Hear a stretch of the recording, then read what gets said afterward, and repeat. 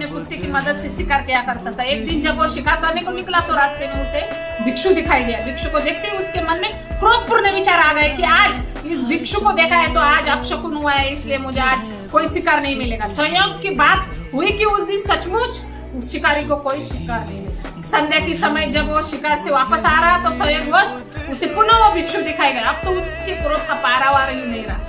उसने सोचा कि सुबह सुबह इस भिक्षु का कारण मुझे आज सुबह शिकार में कुछ भी प्राप्त नहीं हुआ। ऐसा सोचकर उसने भिक्षु की मारने के लिए भिक्षु के पीछे अपने कुत्ते को छोड़ दिया।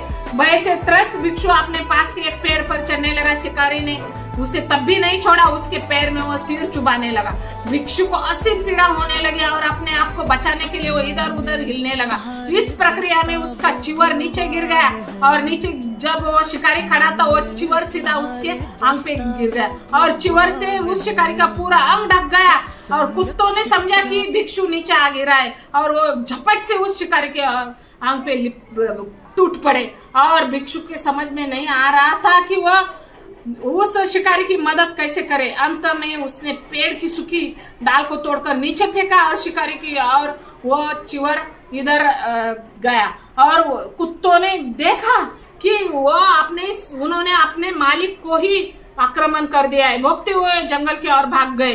भिक्षु नीचे उतरा तो उसने देखा कि शिकारी के प्राण पखेरु उड़ गए थे। उसे बहुत दुख हुआ कि उसकी चिवर से ढक जाने के कारण ही शिकारी की मृत्यु हुई थी। वो अपने आप को दोषी मानता हुआ बुद्ध के सम्मुख प्रस्तुत हुआ और पूरी घटनाक्रम बताई। बुद्ध ने उसकी शंका का समाधान करते हुए बताया कि वो निर्दोष है, उसका शील भी भंग नहीं हुआ है, गलती शिकारी की थी, उसे वैसा नहीं करना चाहिए था। अपने दुष्कर्मों के कारण ही वो मृत्यु को प्राप्त हुआ है। बुद्ध ने यह भी स्पष्ट किया कि पूर्व जन्म में भी शिकारी ने निरपराध लोगों की हत्या की थी, इसलिए उसे उस जन्म में भी दुख पहुंचा था।